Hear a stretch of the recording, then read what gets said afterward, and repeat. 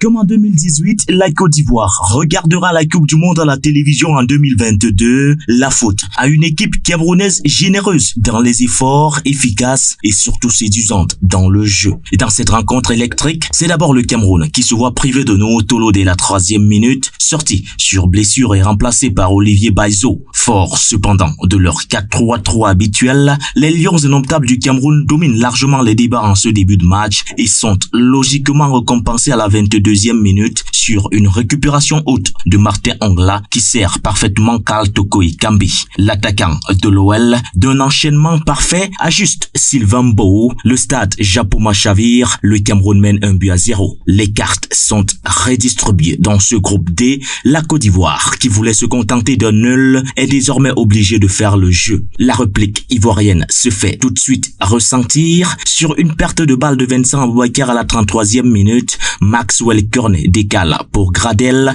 qui centre en première intention pour Kessié dans la surface de réparation. Le plat du pied du milieu de terrain du Milan AC est envoyé en corner par André Onana, auteur d'une détente exceptionnelle. Les deux équipes s'observent jusqu'à la mi-temps et se quittent sur un score de 1-0. Au retour des vestiaires, Patrice Baumel réajuste son dispositif tactique et passe à une défense à 4 avec l'entrée en jeu de Sangaré et la sortie de Kousounou Odilon. Dos au mur, les Ivoiriens doivent impérativement réagir et c'est Sangaré qui se procure l'occasion la plus franche de cette deuxième mi-temps sur un tir croisé dans la surface de réparation. La tentative du milieu du PSV Eindhoven passera largement à côté des buts gardés par André Onana. Les Lions subissent sans rompre jusqu'à cette fameuse 94e minute et la délivrance de l'arbitre zambien Giannis Sikazoé. Le rugissement du Lion a donc pris le dessus sur le barrissement de l'éléphant, décidément peu inspiré, lent et triste.